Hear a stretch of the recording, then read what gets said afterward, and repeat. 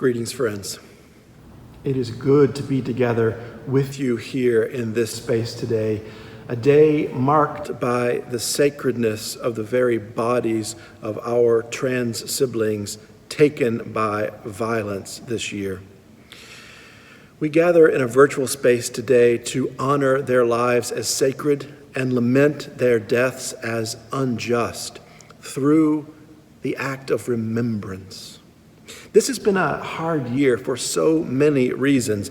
In a year of so much grief and loss, it can be hard to add another layer of grief to our already mourning hearts. We quickly approach the 250,000 mark in the U.S. pandemic death toll. Many of us, myself included, have lost loved ones for so many reasons this year and have not been able to be with them in their dying days or gather for our typical funerary rituals surrounded by loved ones. We feel the weight of this day differently this year, of all years, as the Trans Day of Remembrance punctuates a year already filled with grief. And at the same time, today is not only about grief.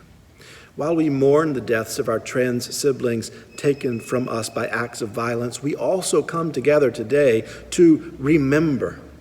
Memory has long been an act of grief and mourning, but memory is also an act of resistance to violence and oppression. Memory is a commitment made to the lives of those we've lost and a means of bringing their palpable presence back into our lives, even amidst their equally palpable absence. I want to offer you a way of practicing remembrance today that I hope will help you translate this powerful source of potential and possibility into a tool for love and justice.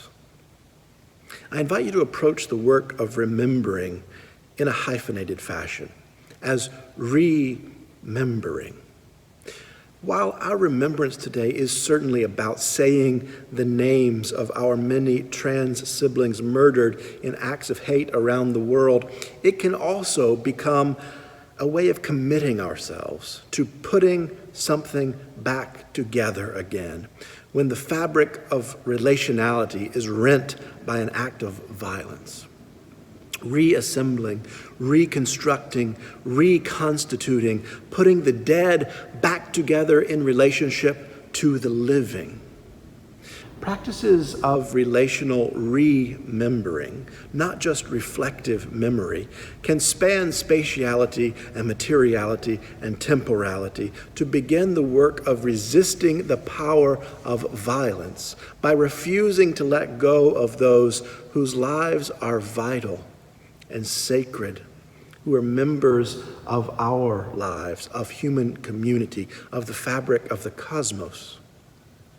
Remembering our trans siblings today is a ritual act that says they are a part of us, and we will feel their absence, as painful as it may be, and we will commit to carrying as much of their presence as we can muster with us into the future. And that is the work we must carry from this place today, friends. So I invite you to do something very simple right now.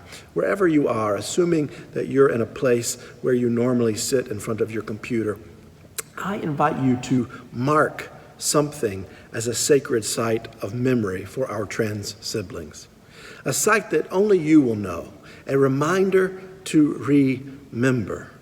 It could be something as mundane as a spot on the wall made by the sun at a certain hour of the day that always catches your eye, or a word or a symbol that you tape onto your computer somewhere, or a daily reminder that you set on your phone that comes up once a day with the simple word remember.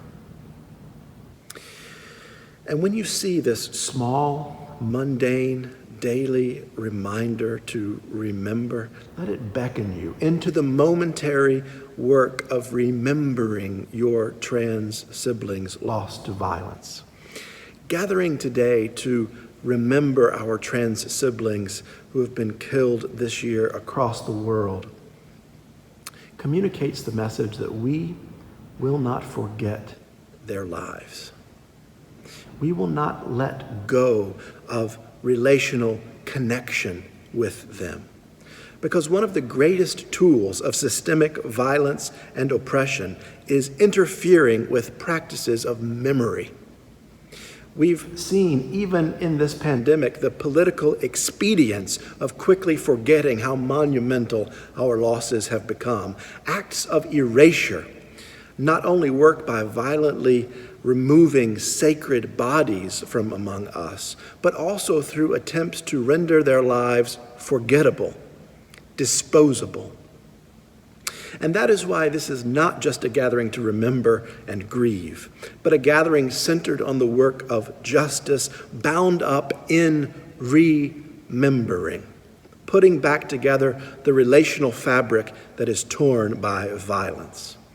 Those whose lives were lost, whose legacies are living within us, continue to demand more of us than a cultural amnesia for trans siblings who didn't survive the journey with us as we struggle and strive toward a more just future. So today, in a year already filled with grief and tumultuous struggles toward a more just future, we gather to remember. And that is sacred work, friends. And make no mistake about it, this is the work of justice.